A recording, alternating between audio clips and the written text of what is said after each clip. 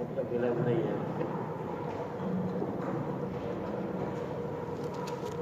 فرمایا گیا ہے کہ جو علم غیر نافع ہے اس سے پناہ مانگی گئی ہے. اللہم انی اعوذ بک من علم لا ینفع. معلوم ہوا مطلق علم مطلوب نہیں ہے بلکہ علم نافع جو ہے مطلوب ہے. فجر کی نماز کے بعد جن دعاؤں کی تعلیم دی گئی ہے من جملہ ان میں سے ایک دعا یہ بھی ہے اللہم انی اسألک علما نافعا. علم نافع مطلوب ہے اور علم غیر نافع سے پناہ جو ہے ضروری ہے. اور قرآن و حدیث میں جتنے بھی جو ہے فضائل بیان کیے گئے ہیں اور ہم پڑھتے اور پڑھاتے اور سنتے سناتے ہیں وہ سب فضائل جو ہے علم نافع کے ہیں, مطلق علم کے نہیں ہیں. وہ علم نافع کیا ہے وہ اہل علم نے جو ہے اس کی مختلف علامات لکھی ہیں. لیکن ان علامات میں سے قدر مشترک جو ہے وہ 3 علامتیں ہیں.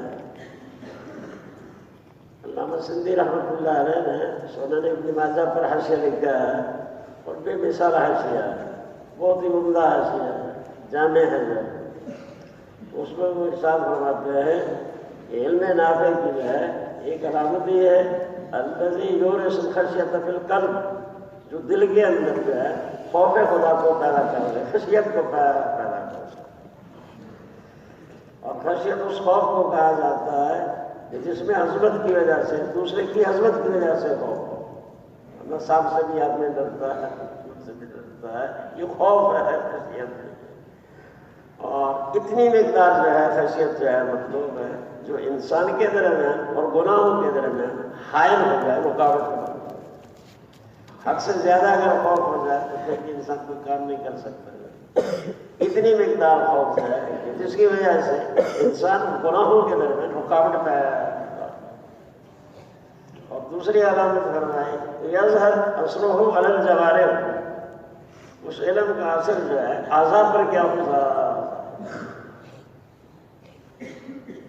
پڑھ لیا جو ہے کہ اجنبیہ کی طرف نگاہ کرنی حرام ہے. جو ہے ضرورت کے موقع پر مدرسے سے باہر جانا ہوتا ہے تو ایسے موقع پر جو ہے نا اپنی نگاہوں کی حفاظت جو ہے تو یہ علم نافع ہو جائے.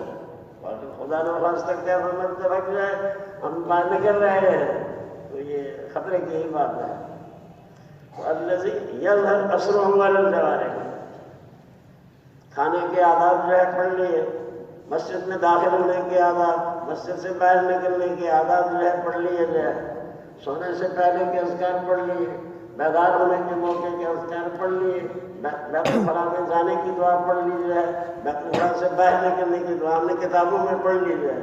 اب یہ دیکھنا ہے کہ عملی زندگی میں بھی ہے وہ یا نہیں.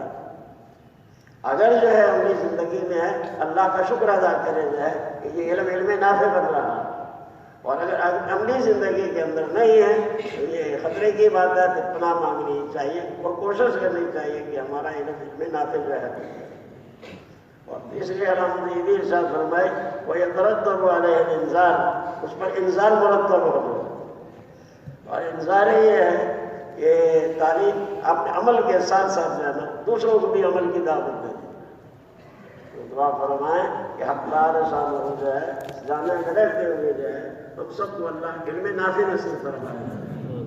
اور علم نافع کی یہ علامت ہے کہ دل میں دیکھیں کہ ہمارا دل میں خوف خداوندی پیدا ہو رہا ہے یا نہیں ہو رہا. ہمارے علم کے آثار ہمارے اعضاء پر ظاہر ہو رہے ہیں یا نہیں ظاہر ہو رہے ہیں. اس پر جو ہے انذار کا ترتب ہو رہا ہے یا نہیں ہو رہا ہے. اور ہو رہا ہے اللہ کا شکر ادا بجانا ہے. وَإِن شَكَرْتُمْ لَأَزِيدَنَّكُمْ. اور اگر نہیں ہو رہا تو خطرے کی بات ہے. ہم سب کو جو ہے اپنے علم نافع بنانا چاہیے. اللہ ہمیں اس کی توفیق نصیب فرمائے.